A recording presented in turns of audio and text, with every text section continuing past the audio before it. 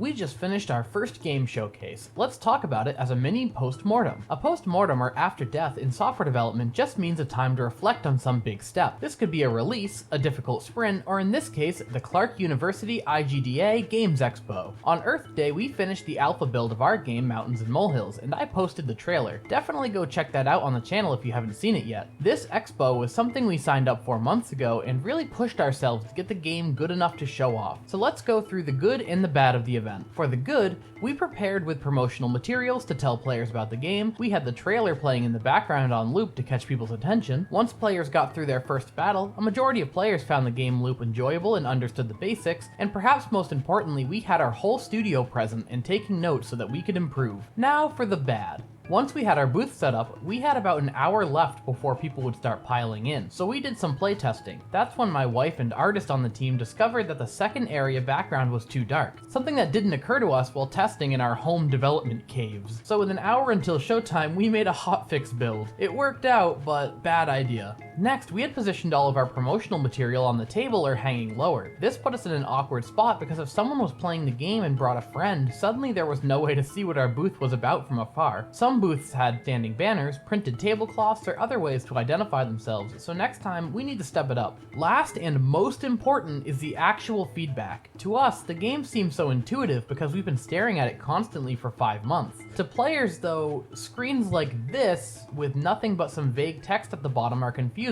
Tutorial pop-ups like these, nearly every player dismissed it without even reading a word. Tool tips like these, they're totally intrusive, and we even got a lot of people asking how do I use my relics, which get triggered automatically, but this isn't actually ever conveyed outside of the tutorial pop-up. Perhaps the most effective question we kept hearing though was this: is that it, or is there more to do?